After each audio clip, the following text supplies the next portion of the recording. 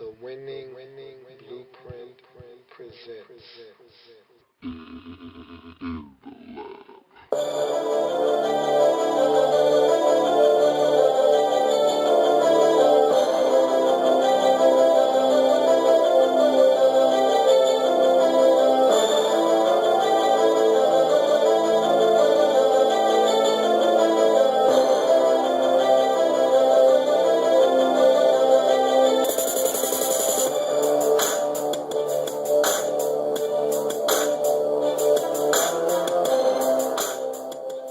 In the lab room. Well. We find ourselves the day after Monday Night Football, and of course that makes it Tuesday. You're in the lab room. I'm your host, Lou. Thank you for joining me. And what do we have here? The San Diego Chargers throwing up all over themselves. And I told you, you weren't going to get me this time. I wasn't going to allow it. I've been burnt too many times. And so I already know you. You can't change a zebra's stripes. You can't do it.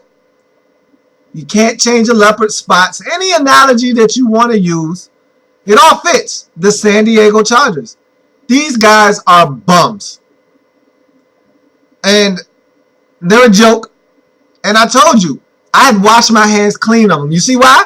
You see why my hands are clean? You see why my hands are clean of these guys?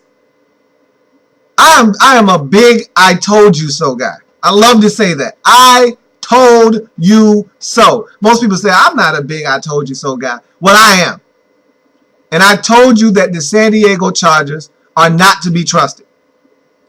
Not to trust the San Diego Chargers. If they play anybody remotely good, that much, that good, anyone that good, they got a shot to lose.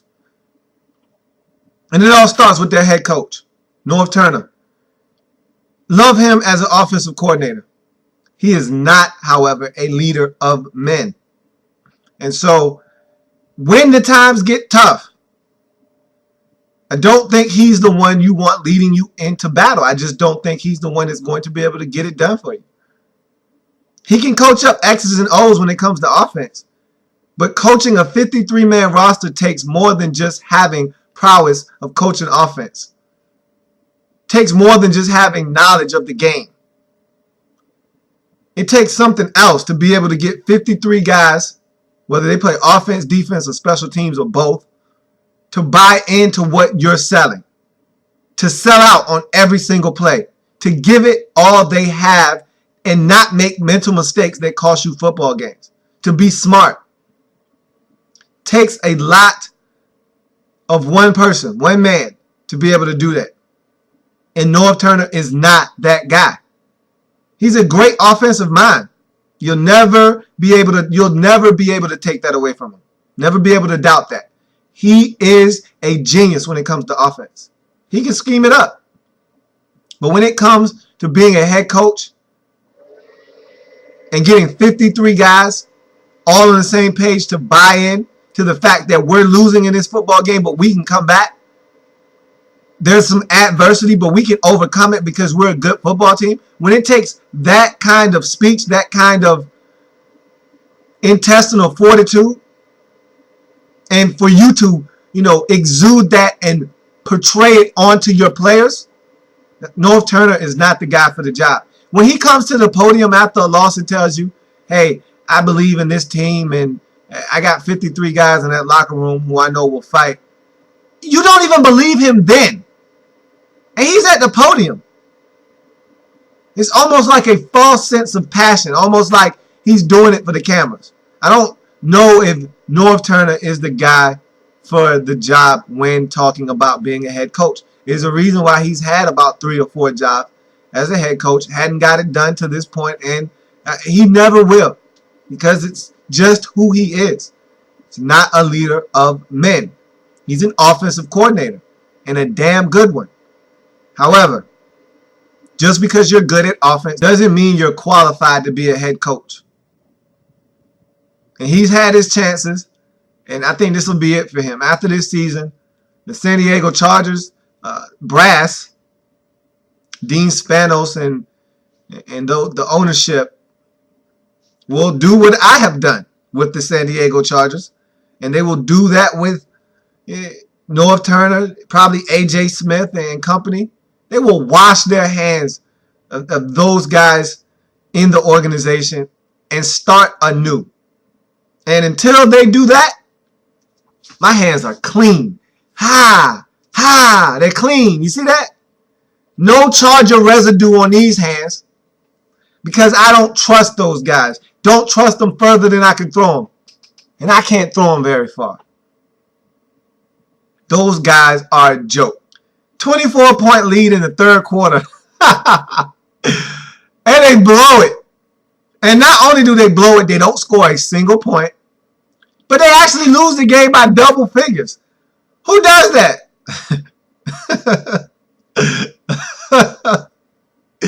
You gotta love it, man. You gotta love it when you know a team, you see them, and you can dissect them, and you can call them out. That's exactly what I did to the San Diego Chargers. It's just funny to me because that was on such a large scale. I mean, they've really thrown up on themselves over the years, and they've done it numerous times, and they've pulled my pants down many a time and had me laughed at, and it made me look like a buffoon. They've done it to me so many times I've lost count. But never has it been on such a large scale like this. Never has it been on national television in this type of stage where, you know, they're up 24. We're talking 4 scores, 3 scores if you want to go for 2 3 times, but no one does that. We're talking 3. We're talking 4 scores. Up by 4 scores in the second half. And not only do you blow that lead, which was the worst lead ever blown, or the biggest lead ever blown on Monday Night Football, ever. If the Chargers are going to do it, they're going to do it up big. That's what the Chargers do. They do everything big. Win big, lose big, everything big. You the Chargers, huh? You the Chargers, huh? Win big, lose big, everything big. Win big, lose big, everything big. Or you Chargers, huh? They are such a joke. And Phillip Rivers, he's the biggest joke of them all. And the reason I say that is because he thinks so highly of himself. And as an athlete of his caliber, at this stage, at this level, you should think highly of yourself. If you don't belong in the National Football League. You don't belong being a professional athlete if you don't think highly of yourself. But he takes it to another level. He thinks he can talk trash to people, and he's always got this scowl on his face. If he's not smiling, then he's scowling, and he's angry at someone. Someone didn't do something right. It's never his fault. And Norv Turner is trying to talk to him, and he's fanning him. I don't want to talk to you. He's throwing a little hissy fit, accounting for 6 turnovers in 1 game, 4 picks and 2 fumbles. Get out of my face, Phillip Rivers. This is what I'm talking about. This is why I can't put you in an elite category of quarterbacks in the National Football League, because you have games like this too often. Not 6 turnovers, but just games where the team loses because of you. And again, I told you, when you press, it's a problem. The Chargers lose when you press. When you go out there, play loose, play within the scheme of the game, you're dynamite as a quarterback. But again, I don't know what it is about you in the last 2 seasons where you feel like everything's on your shoulders. Maybe LT not being on the team anymore. Maybe no more Darren Sproles. You can't drop it off and get a big gain anymore. I don't know. We have to trace it back to somewhere. I'm going to say it's running backs. No LT, no Darren Sproles, and now you have to do a lot of everything by yourself.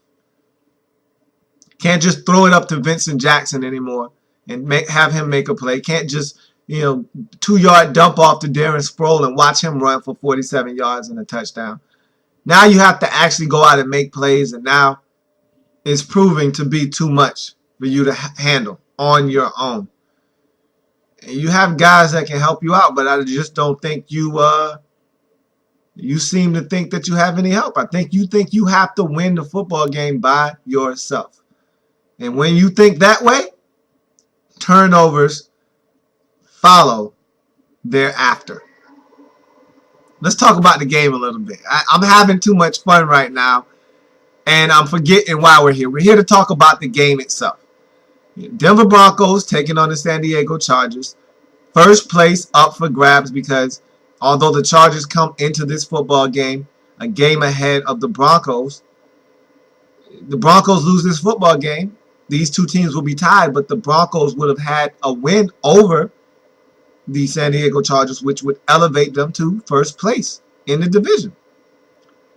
So this is a road game for the Broncos. So this is important for the Chargers, more so than the Broncos. The Broncos still have to play the Chargers in Denver. So if they drop this one, yeah, that stings. It hurts. You want this one bad. But again, it's a long season, and you still have to come to my place.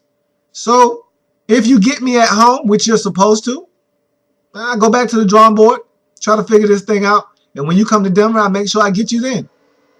But if you're the Broncos, you have higher aspirations and goals for yourself. I'm not going into San Diego and allowing them to beat me.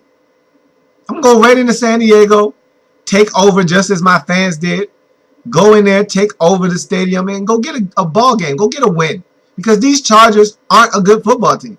They're just not. It's a two-team race, but honestly speaking, it's the Denver Broncos division to lose. They're the champs from a year ago. And until someone else serves notice, it's still the Denver Broncos division as far as I'm concerned. And the Chargers right now are trying to gain the respect of not just Denver Broncos, not just all the opponents in the AFC West, but the whole entire league. But again, it's hard to gain respect of your peers, of the rest of the league, when you go out on national TV and put forth the effort that you did after having the lead that you had. The Denver Broncos spotted you 24 points. They had a terrible first half. We're talking turnovers in the first half, fumbling the football, muffed kick, fumble, kickoff return. Peyton Manning throws you a pick six, which wasn't his fault. Nonetheless, still a pick six. You take advantage of it. You score with Antonio Gates twice. You're up 24-0 at the half. Looks like you're going to run away with this one in a laugher. But I never was sold. All I said was all Peyton Manning and the Denver Broncos have to do is get on the board with one touchdown. That's it. One touchdown and get one defensive stop. Now, I wasn't looking for a turnover. It'd be nice to get a turnover and change the whole face of the game. It'd be nice to do that, but just get a stop, force them to punt, and Peyton Manning will do the rest because he was carving them up. He's been on a tear. I told you going into this game that Peyton Manning was on fire, and that did not cease last night. Last night, that fire was burning just as bright as it's been burning all season long, and the Chargers did nothing to extinguish it. They got burnt up in that flame. At one point in this game, Peyton Manning completed 13 consecutive passes, including a beautiful TD strike to Brandon Stokely in the corner of the end zone. Vintage Peyton Manning, vintage Brandon Stokely, and they make beautiful music together. And on that play, they wrote a symphony. It was gorgeous. The execution was flawless on that play, and it was a thing of beauty. And again, the Chargers, who were up, I can't say that enough times, because how often are you blanking a team at home? It's one thing to blow a lead on the road. Momentum starts to turn. You're on the road. The crowd gets into it. That ball starts rolling down the hill. It becomes a boulder, and you can't stop it. But that's on the road. At home, that's not supposed to be able to happen. Even if Uncle Mo jumps ship, goes with the other side, you're still at home. One play, one stop, one turnover, one score, whatever. One first down can change the momentum or at least slow it down to the point where you can grab a hold of the football game when you're at home. Things don't tend to snowball as bad as they did on Monday night when you're at home. But when you're the San Diego Chargers, anything's possible. Because you aren't a clutch football team. You're not a team that gets it done when the pressure is its greatest. I've already said that time and time again. You guys, when the pressure mounts, you fold. Just like a lawn chair. Every single time. You can count on it like clockwork. It's going to occur. The San Diego Chargers aren't a team that when times get tough, when the adversity hits, are going to rise to the occasion. That's not who they are as a football team. And it starts again with Norv Turner.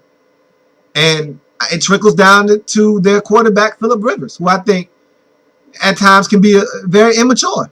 And it showed last night. He starts turning the football over, and he's throwing his mouthpiece up in the air, and he's making facial expressions.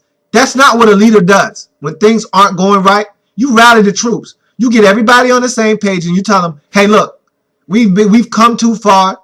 We've built too big of a lead to let this thing go to waste. Let's get our heads in the game. Let's make some plays. Let's turn this thing around. Let's win this football game. Instead, you start pouting.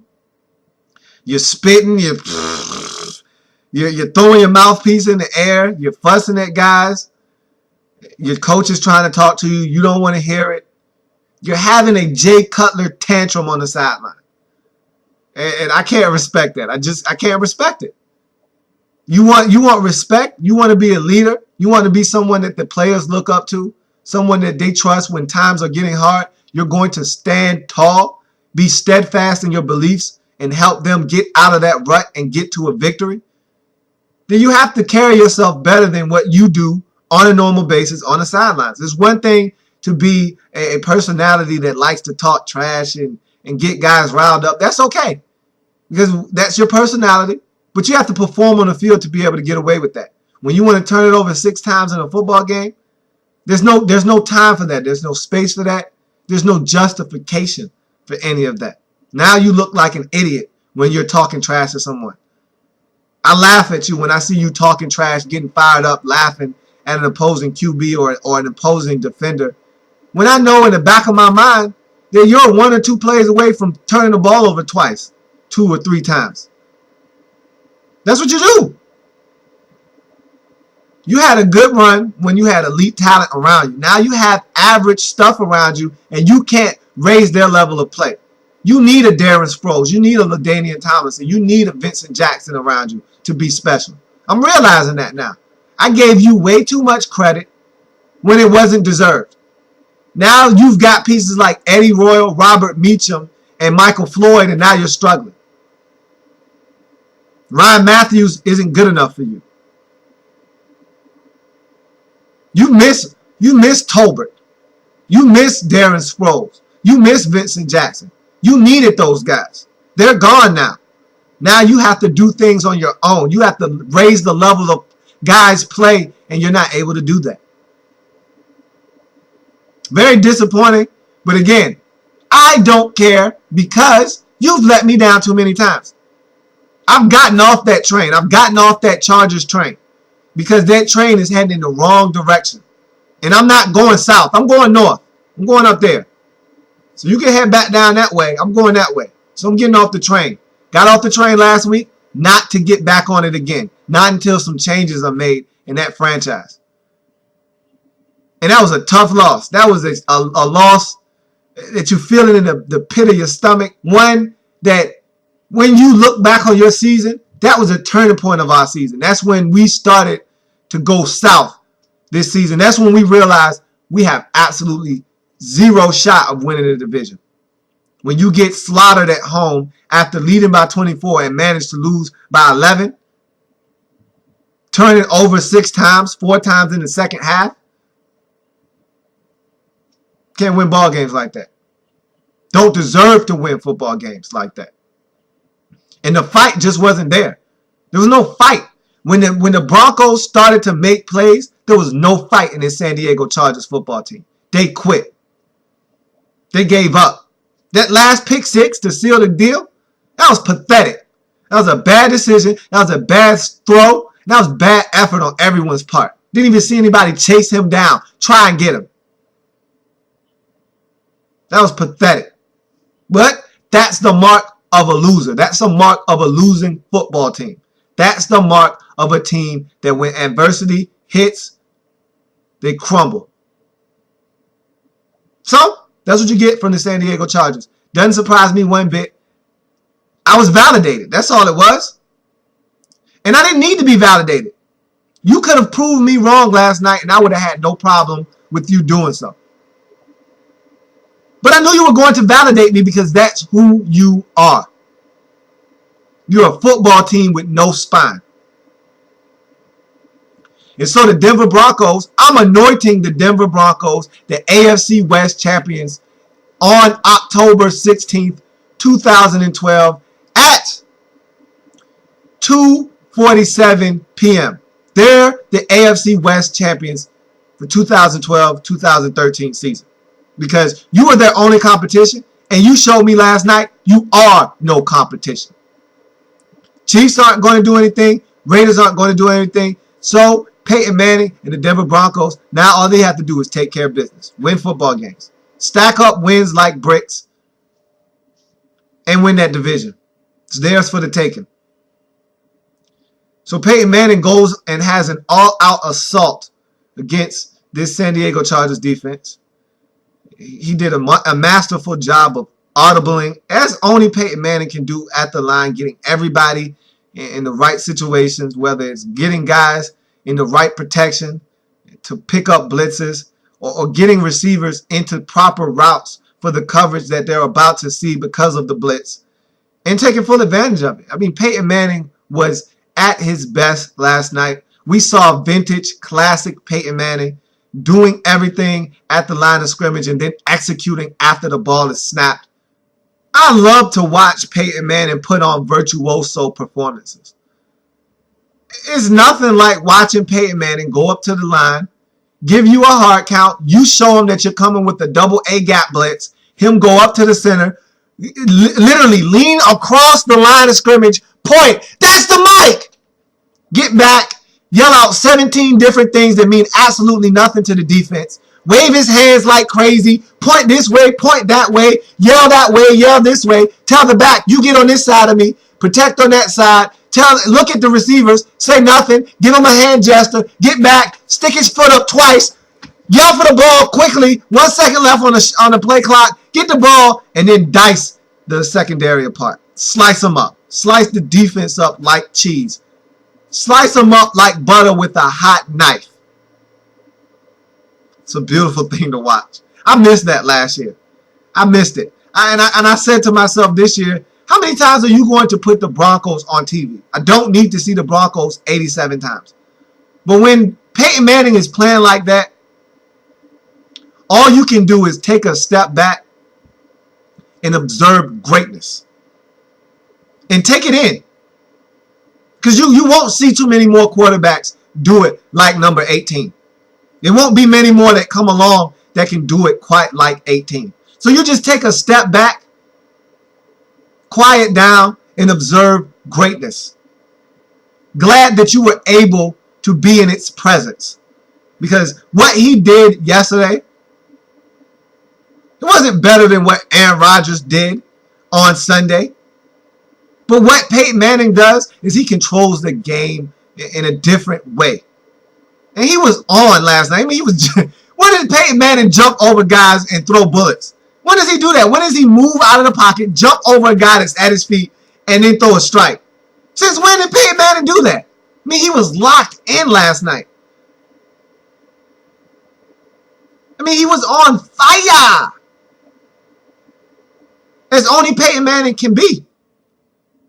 And no, he didn't throw for 6 touchdowns like Aaron Rodgers did. But what he does is he commands a greater level of respect because he does so much. You know, he gets everyone prepared. You know, Matthew Willis runs the wrong route, costs the Broncos a chance to get back in this football game as Peyton Manning throws a pick six. And you could even go back a play or two before when Eric Decker fell on the ground, wide open, catches a pass, should score about a 77-yard touchdown. Instead, he falls down. Turf Monster reached up and grabbed him. Now the Broncos have to drive down and score instead of having that big play result in a touchdown. 2-3 plays later, Matthew Willis runs the wrong route on a blitz, all-out blitz by the Chargers. He's supposed to stop, run a hitch, an adjustment route. He doesn't. He runs the 9 route, goes up the field. Peyton throws it, anticipating him cutting his route short because of the adjustment, because of the blitz. He doesn't. Quinn Jammer sits on the route, picks it off, goes the other way, touchdown, and it's a different ballgame now. Instead of it being 7-10, or at least a field goal, 10-3, now it's 17-0. Momentum totally in the favor of the Chargers. What does Peyton Manning do? He goes to the sideline, calmly has a discussion with Matthew Willis. Just telling the young fella, look, they blitz. You gotta make the adjustment. You can't go deep on that one. We don't have time to hit the deep one. You gotta cut your route short. We needed 5 yards. Get 5 yards. No need for you to go and get all of it at one time. That's all he did. He went over, had a conversation with him, told him the mistake he made. All right, we'll get him next time. Had that been Phillip Rivers, he would have lost his top. He would have blew a gasket. That's the difference between greatness and immaturity. And we witnessed greatness last night.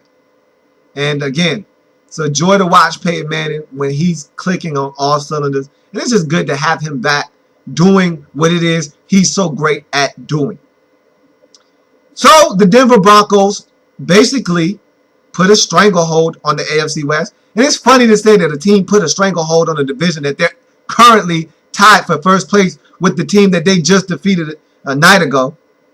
But the Chargers are a joke. The Chargers are no contender in that division. The Broncos, to me, are the best team in that division. And they've played one heck of a schedule thus far. They've played murderer's row in terms of, schedule. They played the Steelers. They played the Falcons. They played the Texans. And not many teams can say, hey, we played the 2 last undefeated teams in the league. But that's what the Denver Broncos have done to this point in the season. And yeah, you can look at the Steelers record and say, hey, they're not that good right now. But when they played them, they were 0-0. Nobody knew the Steelers were going to come off and get to a slow start this season. So, and it doesn't matter. The Steelers are still a tough out any way you slice it up. Any way you draw it up, the Steelers are a tough out. So, the Broncos have played a tough schedule to this point. They're going to start winning football games. They're going to start winning them in bunches. And I think they're going to run away from the San Diego Chargers just as they did in the football game last night, 35-24, to notch that victory, taking their record to 3-3 on the season, dropping the Chargers to 3-3 as well. First place tie. But again, with that win over the Chargers, Broncos currently hold the tiebreaker over the Chargers, so they're in first place. There is a tie, but technically speaking, they're in first place because of the tiebreaker over the San Diego Chargers. Chargers had every opportunity to win this football game, but again, they're not a mentally strong team. They're not a mentally tough football team. They remind me a lot of the Cowboys. And Tony Romo is not like Phillip Rivers because his actions aren't like him, but he does get down on himself when things aren't going right. Their head coach is not one that can get these guys to play in a way that says we're mentally tough enough to go on the road and get a win, or mentally tough enough to overcome adversity. These two teams, to me, are teams that let you down constantly, the Cowboys and the Chargers. And they'll never win until they get the right coach in there that can lead those franchises. And you got to be, the difference in the two franchises is the Chargers just need the right head coach. They need the right head coach that can get 53 guys to play as one with the same goal in mind, and when things get tough, can rise to the occasion, can get the players to rise to the occasion. And he won't have any interference from the upper management when trying to get this accomplished. Meanwhile, in Dallas, you have to get a coach that is strong-willed and has a personality that can block out any distraction that is provided by Jerry Jones. The reason why the Cowboys were dominant in the 90s was because Jimmy Johnson, his ego was just as big as Jerry Jones. And that's why Jerry Jones got rid of him, because Jimmy Johnson told Jerry Jones, look, I'm going to do it my way. You don't like it? Get rid of me. But I tell you one thing, you get rid of me, you won't find another coach that can do it the way that I can. And he was right. And Jerry Jones couldn't handle the fact that Jimmy Johnson was stealing his spotlight, was doing a hell of a job coaching up the Cowboys, helping them win championships, turning that team around, making them a dynasty. And Jerry Jones didn't want to be on the back burner. He didn't want to play second fiddle to a guy that had an ego just as big as his and was just as strong-willed as he was. He needs a coach that's inferior to him, that he can tell what to do, and he can be meddlesome with and have that coach not say anything. And until they get a coach that's willing to stand up to Jerry Jones, not take his nonsense, and still be able to get the respect of Jerry Jones and the respect of the players, which is going to be very hard to do, because I don't think Jerry Jones is going to hire a guy who's going to be able to stand up to him. I don't think that's in Jerry Jones's DNA. He hired Bill Parcells, but Bill Parcells had power, but Jerry Jones was always over his shoulder, always. And I think that's what drove Bill Parcells nuts and got him out of there in Dallas. Why he didn't want to do it anymore in Dallas, because he always had a set of eyes burning a hole in the back of his neck. You can feel when someone's staring at you without looking. You know when someone's staring at you. You can feel a set of eyes on you. And I think Bill Parcells felt those eyes on him in Dallas. And whatever coach gets that job, because I think Jason Garrett, at the end of this season, after the Cowboys collapse this season, because I think it's coming, after they find a way to underachieve for the second or third straight year under Jason Garrett, guess this would be his second full season, so second year of underachievement under Jason Garrett, he probably will get fired. I don't know. Jerry Jones is very wishy-washy. 1 minute, he's giving his coach a dreaded vote of confidence. The next minute, he doesn't know what's going on, and anything can happen. And so I don't know what's going to happen in Dallas. All I know is these two franchises, to me, mirror each other. On the field, not so much as it off the field in terms of what's going on in the front office. But on the field, these teams mirror each other because of their head coaches and what those head coaches put forth in terms of the message that they get across to their players and having their players buy into their system and actually controlling the game itself. In-game management. These coaches don't get it. And Jason Garrett, you can almost give a pass to, because he hasn't been doing it for as long as Norv Turner has. Norv Turner doesn't get a pass. He's been a head coach in this league for, it seems like, an eternity. He's been a head coach for 3, maybe 4 different franchises. Redskins, Raiders, Chargers. He's had 3 opportunities in 3 different franchises to be the head coach, to be the man.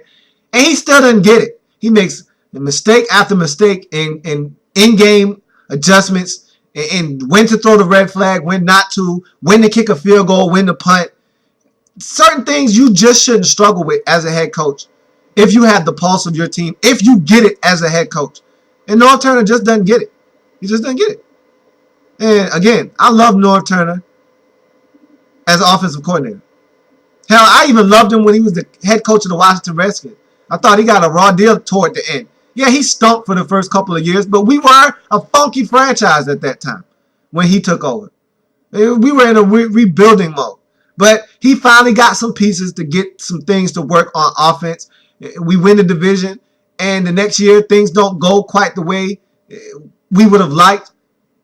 Daniel Snyder comes in, hot head, new owner, wants to make things happen. He gets rid of Norv Turner, I think, maybe prematurely.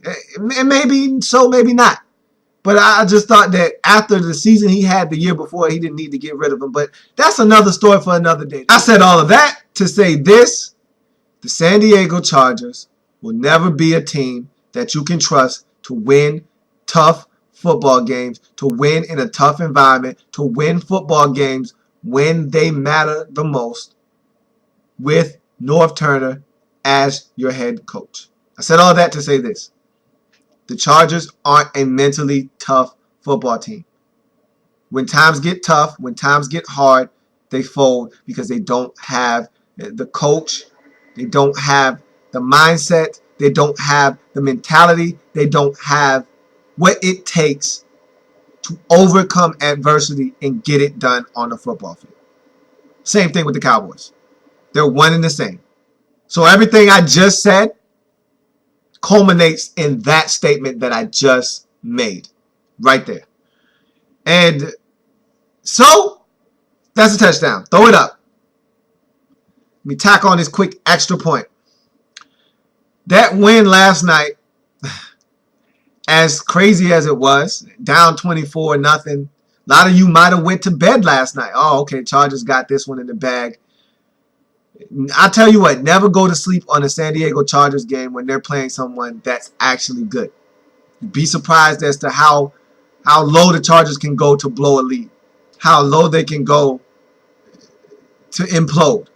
Don't underestimate the lack of drive, the lack of will, the lack of intestinal fortitude. Don't underestimate the lack of that in San Diego.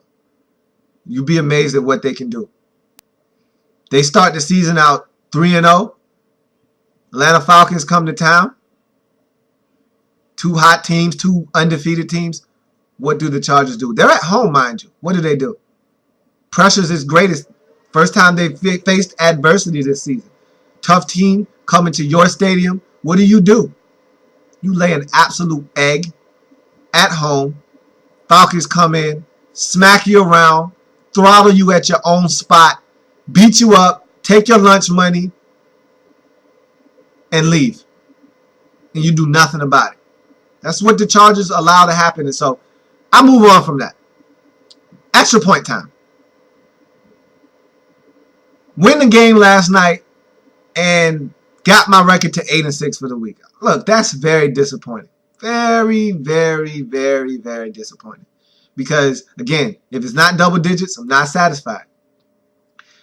However, this week was so crazy, I could have easily been under 500 this week. As crazy as that sounds. I could have lost. The Cowboys were within, 7 to 12 inches of winning that football game. They are a Dan Bailey field goal away from stealing one right from under the feet of the Baltimore Ravens. That would have been another loss for me. You look at young Jeezy and the St. Louis Rams. I'm one young Jeezy field goal kick away from going to overtime and possibly losing that football game. Young Jeezy was 0 of 3 on the day. He hadn't missed a kick up until this game, and then he goes 0 for 3. Who saw that one coming? I'm 2 young Jeezy field goals, and we're talking Greg Zuerlein, for those of you who don't know him as a.k.a. Young Jeezy. I'm 2 young Jeezy field goals away from losing that game against the Dolphins. So things could have went in a totally different direction. Now look, I had some teams absolutely flat out let me down. Arizona Cardinals let me down at home. You don't lose to Buffalo at home. But then again, I'm questioning whether the Arizona Cardinals are actually a good football team. They looked like world beaters 2-3 weeks ago against the Philadelphia Eagles at home. Now they're starting to come back to earth. They lose to the Bills. They almost lose to the Dolphins. And they get smacked around by the St. Louis Rams 2 weeks ago. So starting to question who the Arizona Cardinals are. When you don't have a quarterback, however, hard to really make a case for you being a good football team. You can't be a good football team in this league without a quarterback. So there's plenty of games that really could have turned the other way. I mean, the Eagles let me down. They had a lead. Let the Detroit Lions storm back with less than 5 minutes to go in that game, score a couple points, take the game to overtime, and ultimately beat the Eagles. While I was disappointed, I'm not crying over spilled milk. I want the Eagles to lose. They're in the NFC East with my boys, the Washington Redskins. I want them to lose. I could care less if they can't get it done. I applaud the Lions for coming back. But the San Francisco 49ers laid an egg at home. That was a surprise. The New England Patriots losing to the Seattle Seahawks, that's understandable. The Seahawks play defense. They were ranked number 1 in defense for a reason. It was a rainy, dreary day in Seattle. One of those days that the Seattle Seahawks relish playing football in. The 12th man was in full effect, and they played defense. Made timely plays, won the football game. It happens. So while I can sit here and complain about being 8-6, I won't, because I could have been 7-7. I could have been 6-8. I could have been 5-9 this week. It could have got ugly. But I wasn't. I was 6-8, or excuse me, 8-6. Should have probably been 10-4, but look, that's nor here nor there. Teams didn't get it done. All I care about is that I finished over 500 and the Redskins won. You give me over 500 and the Redskins win, those two things in conjunction with each other, I'll take it every week, even if it's not double digits. Redskins get a W and I'm over 500. What more can I say? I'll take it. But I'm hungry. I'm hungry like the wolf. I want to win a football pool. I came close my first week playing in it, which was about week 4. And I was really knocking on the door. Didn't get it done in Monday night. Kind of got sidetracked by the points. But I'm ready to go back to Monday night and get one. I'm ready to win a football pool. So that's my next goal. And so I've made my picks for this week. You'll see them on the Friday edition of In the Lab Room. You'll see what I've done to this point on the Thursday edition of In the Lab Room. And so just stay tuned. I'm going to get this thing going in the right direction. I have confidence. Look, more teams are off on a bye this week. There's 6 instead of 4, as it was the previous 2 weeks. So now there's 1 more less game. So instead of 14 games now, there's 13 games. So now you have to be even more special if you want to get double-digit wins. So I got to turn it up, man. I can't afford to keep losing, senseless games. This week is tough. Looking at the slate of games, it's a lot of games I just flat out don't want to pick. But if you want to be great, you got to suck it up and make smart decisions based on what you've seen this year, based on who's home, who's away, and based on your gut. All these things have to factor into your decision, and you have to make smart decisions. And you got to go out and win ball games. No excuses. Go get it done. That's what I plan on doing this week, and we'll see how the outcome ends up being. But I thank you for joining me in the lab room again. I'm your host, Lou, and you can contact me via email inthelabroom@gmail.com is the inbox. I'm also on Twitter. In the Lab Room is the Twitter handle. And I'm on Facebook. Like me on Facebook. In the Lab Room is the Facebook page. And every episode that I've ever done of this show, In the Lab Room, whether it's NFL's Most Wanted, or it's the Redskins Report, or it's just a regular plain old episode of In the Lab Room, it's all on Facebook, posted daily, updated, so you don't miss a beat of this show. And I thank you for joining me. Thank you for your support. I want to see you back here tomorrow, same time, same place, and we'll go over our sole survivor for the week, and you'll get the new, fresh edition of NFL's Most Wanted. I'll see you then. Have a good one.